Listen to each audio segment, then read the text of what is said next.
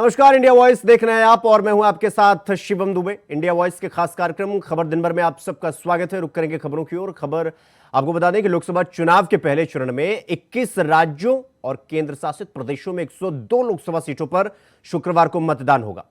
इन सीटों पर 8 केंद्रीय मंत्री, 2 पूर्व सीएम और 1 पूर्व राज्यपाल समेत 1625 प्रत्याशियों के भाग्य का फैसला होना है। मतदान शुक्रवार सुबह 7 बजे से शाम को 5 बजे तक चलेगा। दूसरे चरण में तमिलनाडु की सभी 39, राजस्थान की 12, उत्तर प्रदेश की 8, उत्तराखंड की सभी 5, अरुणाचल प्रदेश की 2, बिहार की 4, छत्तीसगढ़ की 1, असम की 4, मध्य प्रदेश की 6, महाराष्ट्र की 5, मणिपुर की 2, मेघालय की 2, मिजोरम त्रिपुरा की 1 और पश्चिम बंगाल की 3 सीटों पर मतदान होगा। और केंद्र शासित प्रदेश जम्मू कश्मीर, अंडमान निकोबार, लक्षद्वीप और पुडुचेरी की 1 सीट पर भी मतदान होगा। शुक्रवार को लोकसभा चुनाव का पहला चरण 21 राज्यों की 102 सीटों पर मतदान होगा।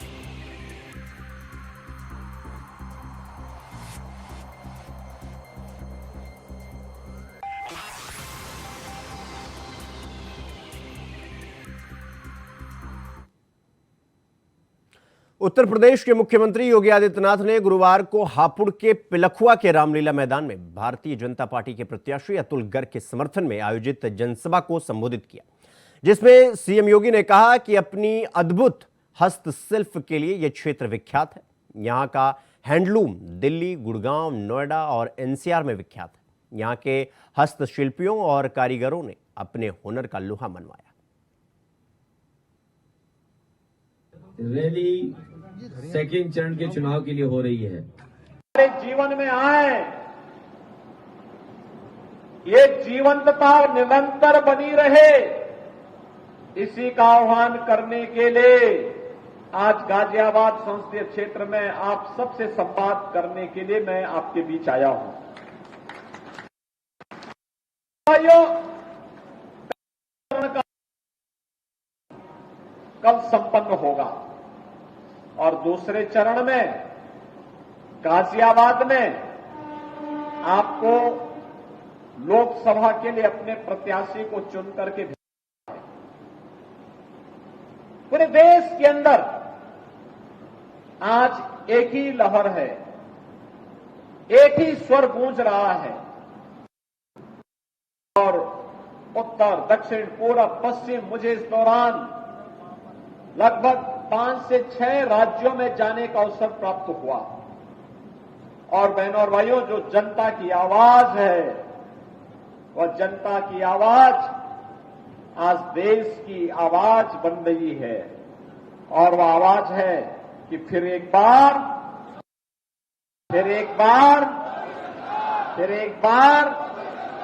अब की बार बहनों और भाइयों, ये अब की बार मोदी सरकार और अब की बार 400 पार का जो ये नारा से नहीं गूंज रहा है, इसके पीछे पिछले 10 वर्ष के अंदर हुआ परिवर्तन है। हमारी पीढ़ी सौभाग्यशाली है कि हमने इस नए भारत का हम दर्शन कर रहे हैं। इस नए भारत में आज दुनिया के अंदर का सम्मान बढ़ रहा है। जिस नए भारत की सीमाएं सुरक्षित हैं, आतंकवाद और नक्सलवाद नियंत्रित हुआ है, अराजकता नियंत्रित हुई है, बेटी और व्यापारी सुरक्षित हुआ है, बड़े बड़े इंफ्रास्ट्रक्चर के कार्य हो रहे हैं, highway, railway, metro, AIIMS, IIIT, world class universities, Delhi से मेरठ के बीच 12 हाईवे का रैपिड रेल पर कार्य युद्ध स्तर पर चल रहा है, मेरठ तक पहुंच चुकी है और इस वर्ष के अंत तक मेरठ सिटी के अंदर हम लोग मेट्रो का काम भी प्रारंभ कर चुके होंगे। बहनों और भाइयों, याद करिए जब 2014 में मोदी जी आए थे तब देश के अंदर मात्र 5 शहरों में मेट्रो थी। आज 20 शहरों में मेट्रो है और अकेले यूपी के अंदर 6 शहरों में मेट्रो आ चुकी है। गाजियाबाद, नोएडा, ग्रेटर नोएडा, आगरा, कानपुर, लखनऊ, अभी मेरठ के अंदर हम काम प्रारंभ करने जा रहे हैं। जब मोदी जी में 7 एम्स थे, आज देश के अंदर 22 एम्स है। ऐसे ही कई गुना वृद्धि हुई है हर एक क्षेत्र में। ये इंफ्रास्ट्रक्चर देश की अर्थव्यवस्था की रीढ़ है और गरीब कल्याणकारी योजनाओं की तो कोई सानी ही नहीं, कोई तुलना ही नहीं। याद करिए 2014 के पहले भूख से मौतों की शिकायत आती थी। तो वहीं समाजवादी पार्टी के मुखिया अखिलेश यादव ने गुरुवार को कन्नौज का दौरा किया और पार्टी कार्यालय पहुंचे। कार्यकर्ताओं से मुलाकात की, लेकिन कन्नौज से चुनाव लड़ने पर अखिलेश यादव ने कुछ नहीं बोला। जिसके बाद अखिलेश यादव ने मृतक ब्रजेश पाल के परिवार से मुलाकात की और कहा कि नौकरी नहीं मिलने से ब्रजेश ने सुसाइड किया। रैली सेकेंड चरण के चुनाव के लिए हो रही है और पहले चरण में गाजियाबाद में हमारे साथ कांग्रेस के नेता राहुल गांधी जी थे और वहां से आह्वान किया था हम लोगों ने कि गाजियाबाद से लेकर के गाजीपुर तक भारतीय जनता पार्टी का सफाया होने जा रहा है। और इस चरण में जब चुनाव कन्नौज का होगा, पूरा चरण इस बार सफाया कर रहा है भारतीय जनता पार्टी का। देखिए फर्रुखाबाद जीत रहे हैं हम लोग, जीत रहे नहीं, डॉक्टर नवल किशोर जी जीत रहे हैं। कन्नौज इस बार अब इतिहास बनाएगा, रिकॉर्ड मतों से जिताएगा। साइकिल चुनाव चिन्ह और हम यहाँ मौजूद हैं। चाहता हूँ नौजवान समाजवादियों को चुने, क्योंकि समाजवादी लोग इंडिया गठबंधन के साथ एक नई उम्मीद के साथ आए हैं। ये गठबंधन नई उम्मीदों का है, ये गठबंधन भाईचारा को बढ़ाने का है। समाजवादी पार्टी और इंडिया गठबंधन भारत की मिली जुली संस्कृति को आगे बढ़ाने का गठबंधन है। इस गठबंधन को जिताइए, विकास और खुशहाली को आगे बढ़ाइए। इस ब्रजेश पाल नौजवान के घर पर बैठ करके यही कहना चाहता हूँ, इस परिवार ने एक नौजवान अपने बेटे को खोया है, देश के और प्रदेश के एक बेटे को खोया है। प्रदेश सरकार वो बने जो नौकरी और रोजगार दे, वो सरकार न बने जिसकी हर बात झूठी, हर बात वादा उसका झूठा। पहले चरण कितना? मैं पहले चरण में समाजवादी पार्टी और गठबंधन के जितने प्रत्याशी हैं उनके पक्ष में समर्थन मांगने का आह्वान करता हूं, उनसे अपील करता हूं जनता से कि पहले चरण में इंडिया गठबंधन की मदद करें, सहयोग करें और उन्हें आगे बढ़ा दें, जिताएं। संविधान बदल गया तो हमारी ये भोली वाली जनता, जिसको बाबा साहब भीमराव अम्बेडकर जी ने अधिकार दिया एक वोट डालने का, इनकी साजिश है कि गरीब जनता वोट ही न डाल पाए, वोट का अधिकार भी छीन लें। और नौकरी इसलिए नहीं दे रहे हैं क्योंकि नौकरी देने से उन्हें आरक्षण देना पड़ेगा, क्योंकि आरक्षण नहीं देना चाहते इसलिए नौकरी का पेपर लीक करा रही है। यही तो गढ़ का कमाल है। बीजेपी से लेके सब घबराए हुए हैं कि कन्नौज इस बार लाखों वोट से हराने वाली है। सांसद जी हाजिर हों, क्या काम किया उन्होंने। हमें उम्मीद है कि इस बार मुख्यमंत्री जी जब कन्नौज आएंगे तो 46 में 56 की सूची जरूर देखे जाएंगे। करेंगे आप, क्योंकि आपने कहा अच्छे दिन आएंगे तब करेंगे। समाजवादी पार्टी चुनाव लड़ेगी और बहुत जल्दी फैसला ले लेंगे कौन चुनाव लड़ेगा। क्या आप ही लड़ेंगे, दूसरा लड़ेगा?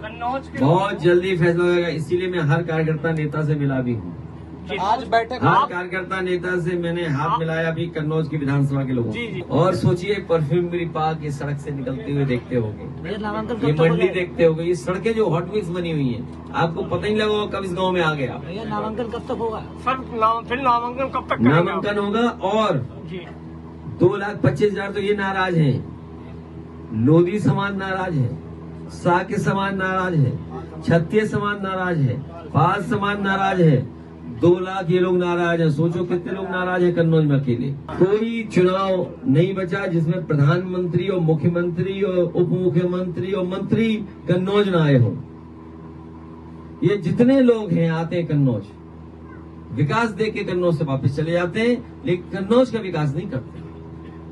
प्रधानमंत्री से लेकर के मुख्यमंत्री, उप मुख्यमंत्री, मंत्री और तमाम दर्जा प्राप्त मंत्री इसी एक्सप्रेसवे से चल के आते हैं या दूसरे साधनों से आते हैं, कन्नौज का विकास देखते हैं लेकिन कन्नौज का विकास नहीं करते हैं। तो सोचिए, जो केवल कन्नौज को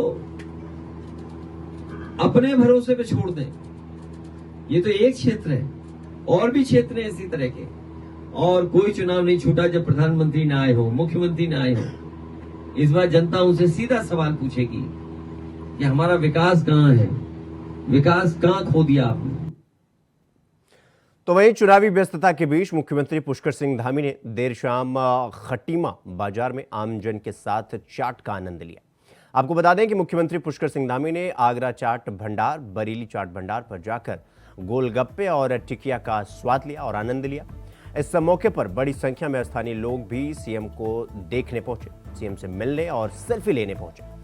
साथ ही सीएम धामी सभी से मिले और किसी को भी नाराज नहीं किया। इस मौके पर सीएम धामी ने सभी लोगों से लोकतंत्र के महापर्व पर मतदान करने की अपील की।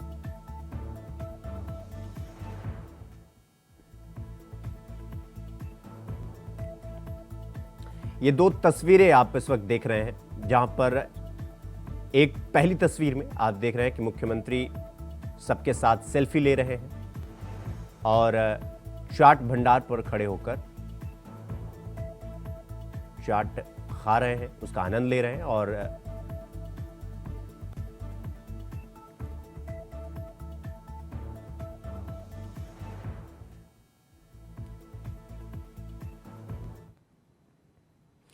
खबरों में आगे बढ़ेंगे। अगली खबर मैनपुरी से है, जहां यूपी के कैबिनेट मंत्री जयवीर सिंह का बड़ा बयान सामने आया है। जयवीर ने सैफई परिवार पर निशाना साधा है, जिसमें उन्होंने कहा कि पीडीए के नाम पर अखिलेश परिवारवादी पार्टी चलाते हैं।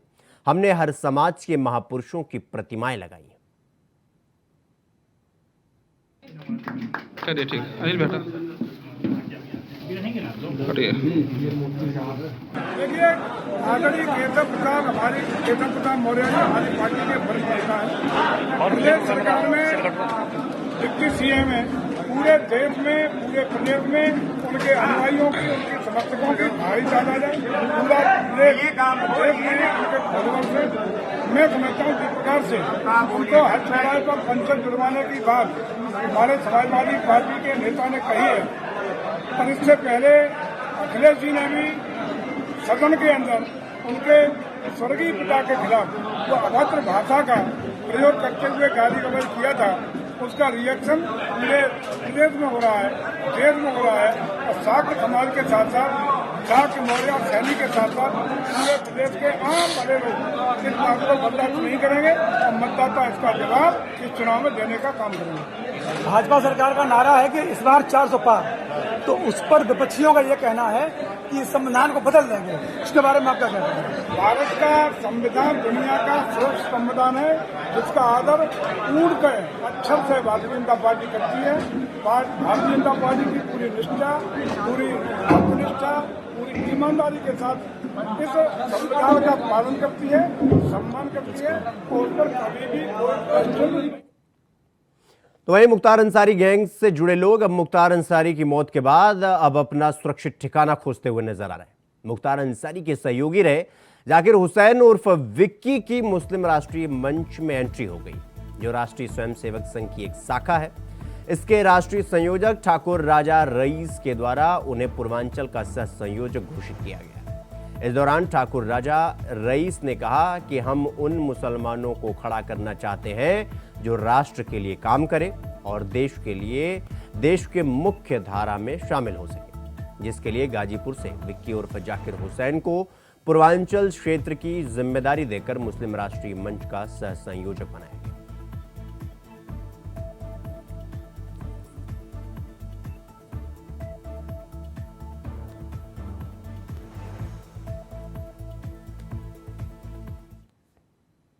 उत्तर प्रदेश के डिप्टी सीएम ब्रजेश पाठक ने बीजेपी प्रत्याशी के नामांकन सभा को संबोधित किया। आपको बता दें कि मंच पर पूर्व सांसद स्वामी प्रसाद मौर्य की बेटी संघमित्रा मौर्य, केंद्रीय मंत्री BL वर्मा मौजूद रहे। वहीं संबोधित करते हुए ब्रजेश पाठक ने कहा कि जब देश में मोदी की सरकार बनी है तब से कोई दुश्मन आंख नहीं मिला सकता। साथ ही उन्होंने ये भी कहा कि हमारी सेना ने पाकिस्तान को घर में घुसकर मारा है। उन्होंने कहा कि यूपीए की सरकार में 2G घोटाला हुआ, कॉमनवेल्थ गेम में घोटाला हुआ और उनके नेता जेल गए। साथ ही उन्होंने कहा कि अब ऐसा नहीं होता, इसलिए हम तीसरी बार बीजेपी की सरकार बनाने जा रहे हैं।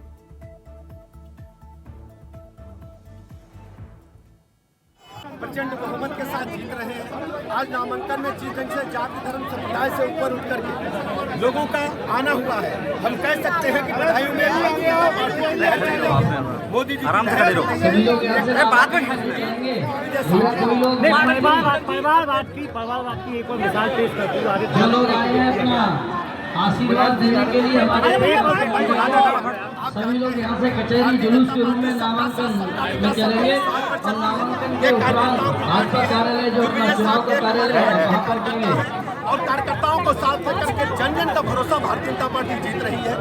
मोदी जी की लहर चल रही है, बीजेपी की लहर चल रही है। जन कल्याणकारी गरीब कल्याण कार्यक्रम जन जन तक पहुँचे, लोगों का भरोसा बीजेपी पर बढ़ा है। बदायूं में बीजेपी जीतेगी। प्रथम और द्वितीय चरण में सभी 16 सीटें बीजेपी जीतने जा रही है। खबर अलीगढ़ से है, जहां किसान यूनियन भानु गुट के राष्ट्रीय अध्यक्ष ठाकुर भानु प्रताप सिंह ने मतदान करने की अपील की।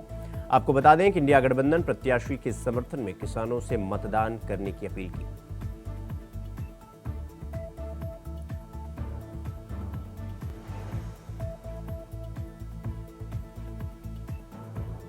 मैं भारतीय किसान भानु का राष्ट्रीय अध्यक्ष और किसान क्रांति दल का राष्ट्रीय अध्यक्ष अपने पड़ोसी अलीगढ़ जनपद में जो अलीगढ़ लोकसभा है उसमें हमने किसान के हितैषी चौधरी विजेंद्र सिंह जो समाजवादी पार्टी के प्रत्याशी हैं उनको। तो वहीं कांग्रेस के प्रदेश समन्वयक विकास अग्रहरी ने भाजपा में शामिल होने की खबर का खंडन किया है। विकास अग्रहरी ने पूर्व MLC दीपक सिंह की मौजूदगी में प्रेस कॉन्फ्रेंस की। उन्होंने कहा कि वो सांसद के आवास पर मुद्दों पर चर्चा करने गए थे, लेकिन उन्हें जबरदस्ती पटका पहनाकर भाजपा में शामिल करवा दिया गया। इसकी जानकारी उन्होंने मीडिया के माध्यम से हुई।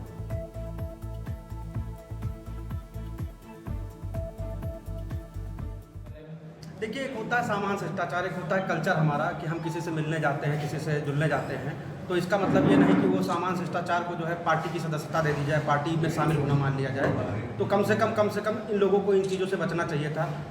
आदमी आत्मा से कहीं जाता है, आदमी रहता है जहाँ पे रहता है, आत्मा से रहता है। कोई भी व्यक्ति कहीं भी रहता है।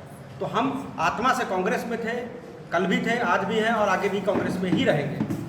आप मेरा कोई एक बयान दिखा दीजिए, कोई एक बयान सुना दीजिए जिसमें मैं कह रहा हूं कि मैंने भाजपा की सदस्यता ली। मैं एक सामान्य शिष्टाचार के माध्यम से उनसे मिलने गया था कि मुद्दों को लेकर के कुछ।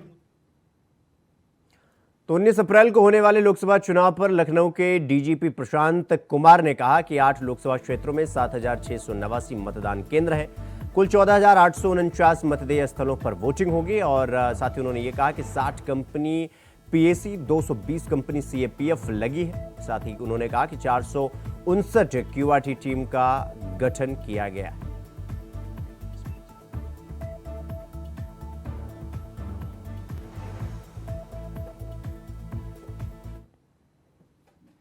खबर दिल्ली से है, जहां रत्नागिरी सिंधुदुर्ग लोकसभा सीट को लेकर चल रही खींचतान अब खत्म हो चुकी है। आपको बता दें कि बीजेपी ने नई लिस्ट जारी की है, जिसमें केंद्रीय मंत्री नारायण राणे को उम्मीदवार घोषित किया गया है। रत्नागिरी सिंधुदुर्ग लोकसभा सीट से अपना उम्मीदवार घोषित किया।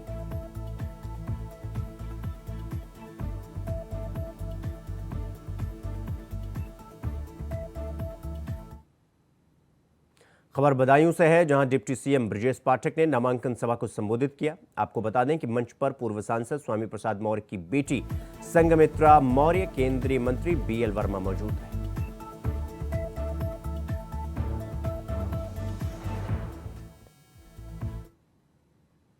खबर मैनपुरी से है, जहां मैनपुरी से बसपा प्रत्याशी ने अपना नामांकन किया। बसपा प्रत्याशी शिव प्रसाद यादव अपने समर्थकों के साथ कलेक्ट्रेट ऑफिस पहुंचे और अपना नामांकन दाखिल किया। बसपा प्रत्याशी शिव प्रसाद यादव के साथ पूर्व सांसद मुनकाद अली और कई कार्यकर्ता मौजूद रहे।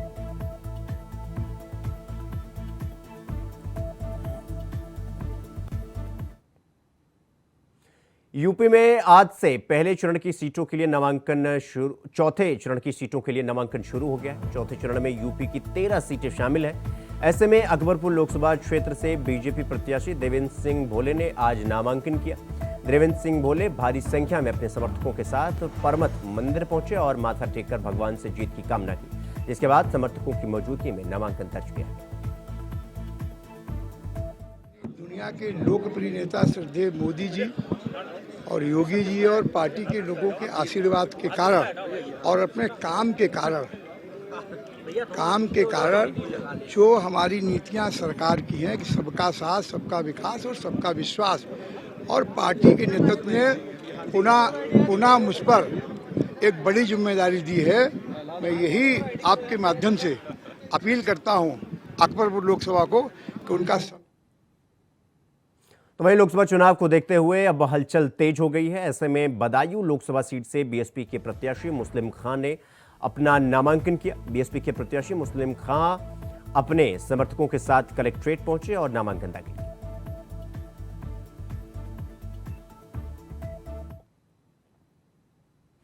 उत्तर प्रदेश की नगीना लोकसभा सीट पर वोटिंग में अब कुछ ही घंटों का समय बचा हुआ है। इस बीच नगीना लोकसभा सीट से आजाद समाज पार्टी के प्रत्याशी चंद्रशेखर आजाद ने चुनाव में गड़बड़ी की आशंका जताते हुए इलेक्शन कमीशन से शिकायत की है और भाजपा पर सरकारी मशीनरी का दुरुपयोग करने का आरोप लगाया और नगीना में अतिरिक्त पर्यवेक्षक नियुक्त करने की मांग की है। खबरों में आगे बढ़ेंगे। आपको बता दें कि अमेठी में पुलिस का नशा मुक्ति अभियान लगातार जारी है। इसी कड़ी में पुलिस ने बड़ी कार्रवाई की है और 3 अभियुक्तों को 15 लाख रुपए के नशीले पदार्थ के साथ गिरफ्तार किया है। 7वें अभियुक्तों के पास से पुलिस ने 2 तमंचा, 4 जिंदा कारतूस बरामद किया है। गिरफ्तार किए गए सभी तीनों अभियुक्तों के खिलाफ मोहनगंज थाने में मुकदमा दर्ज करते हुए पुलिस आगे की कार्रवाई में जुट गई।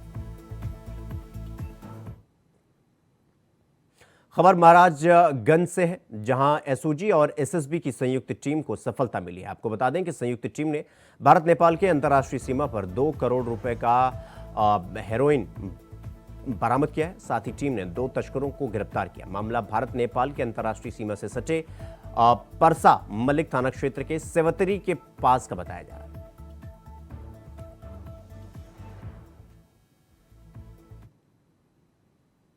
तो वहीं अगली खबर जालौन से है, जहां मकान की छत पर बंधे कपड़े डालने के तार में बिजली लाइन का करंट उतरा। आपको बता दें कि करंट की चपेट में एक ही परिवार के 3 लोग आए, जिसमें करंट लगने से एक की मौत हो गई। तभी परिजनों ने घायलों को इलाज के लिए अस्पताल में भर्ती करवाया और शव को कब्जे में लेकर पोस्टमार्टम के लिए भेज दिया।